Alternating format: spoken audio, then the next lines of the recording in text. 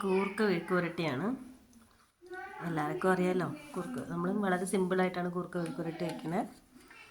ആദ്യം ചെറുതായിട്ട് കൂർക്ക നന്നായിട്ട് കഴുകി വൃത്തിയാക്കി അരിഞ്ഞ് അതിനുശേഷം 2 പച്ചമുളക് കീറിയിട്ടിട്ടുണ്ട്. അരിഞ്ഞ് റെഡിയാക്കി വെച്ചേക്കുവാണ്. ഇനി നമുക്കതിന് എണ്ണ ഒഴിച്ച് വേവിക്കുന്നവരുമുണ്ട്. ഞാൻ അങ്ങനെയല്ല, ഞാൻ കുറച്ച് വെള്ളം ഒഴിച്ചിട്ട് ഇതിന് വെന്തതിന് ശേഷം മാത്രമാണ് പിന്നീട് എണ്ണ ഒഴിക്കുക. അപ്പോൾ നമുക്കിതിനകത്ത് കുറച്ച് വെള്ളം ഒഴിച്ച് ഉപ്പും ഇട്ട് ഇതിനെ വേവിക്കാൻ വെക്കണം. എന്നിട്ട് നമുക്ക് ഗ്യാസിലേക്ക് വെക്കാം. ഞാൻ കുറച്ച് ഉപ്പിട്ട് കൊടുത്തിട്ടുണ്ട്. ഇതിനകത്ത് നന്നായിട്ട് ചെറുതായിട്ട് അരിഞ്ഞ കൂർക്കയും 2 പച്ചമുളകും കുറച്ച് ഉപ്പും കുറച്ച് വെള്ളം ഒഴിച്ച് വേവിക്കാൻ വെച്ചേക്കുവാണ്. ഇത് വെന്തതിന് ശേഷം വളരെ സിമ്പിളായിട്ടാണ് ചെയ്യുന്നത്. സാധാരണ ചിലരൊക്കെ നമ്മൾ എണ്ണ ഒഴിച്ച് കടുക് പൊട്ടിച്ചിട്ട് ഈ കൂർക്ക അരിഞ്ഞ് വെച്ചേക്കുന്ന അതിനകത്ത് ഇട്ടതിന് ശേഷം പിന്നീട് കുറച്ച് വെള്ളം ഒഴിച്ച് ഇവിടെ വേവിക്കാറുണ്ട്.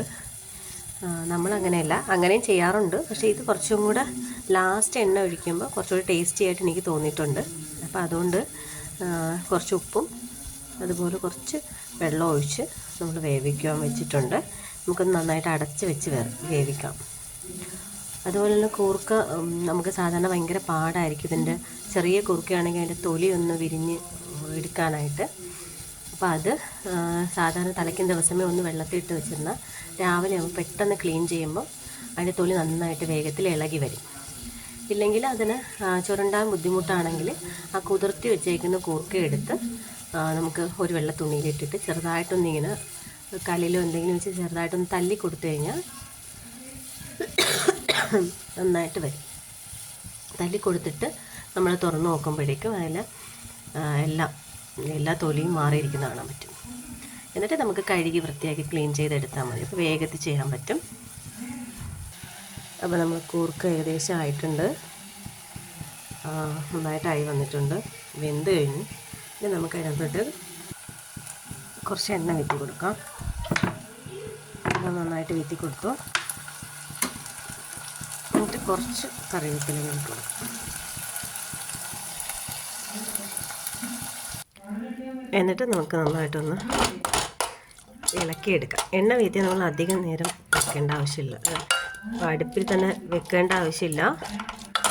ഒന്ന് ഇളക്കി കൊടുത്ത് പച്ച എണ്ണയുടെ ഒരു നല്ലൊരു ഫ്ലേവർ ഇതിനകത്തുണ്ടാവും.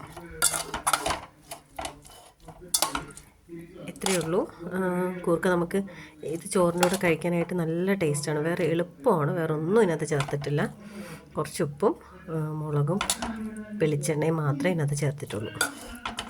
വേറെ ഒന്നും ഇതിനകത്ത് ചേർത്തിട്ടില്ല. പക്ഷെ ഭയങ്കര ടേസ്റ്റാണ്. എല്ലാവരും ഒന്ന് ചെയ്ത് നോക്കാം കേട്ടോ.